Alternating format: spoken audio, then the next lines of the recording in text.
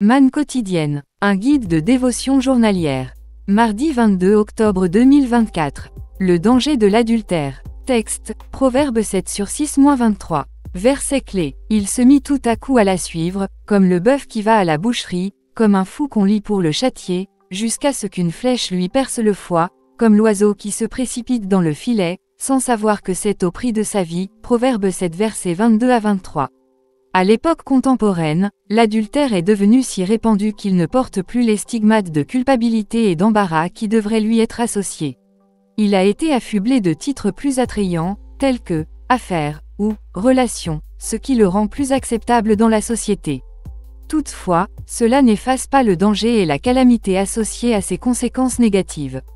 De nombreux foyers ont été brisés, des vies écourtées, des réputations et des carrières détruites à cause de l'adultère, sans compter la grave conséquence de l'éternité en enfer pour tous les adultères.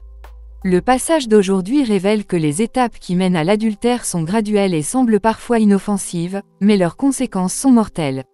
L'adultère est un destructeur subtil, qui profite de la crédulité de ses proies en faisant appel à leur nature profonde et en les attirant dans la fosse de la destruction.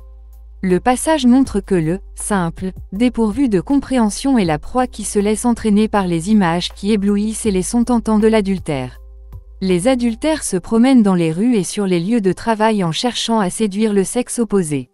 D'autres se présentent subtilement, avec des dispositions gentilles et aimables, et peuvent même être des membres actifs d'une église locale passionnément engagés dans une activité ou une autre, tout cela n'étant qu'un simple camouflage et une manière rusée d'impressionner des victimes crédules.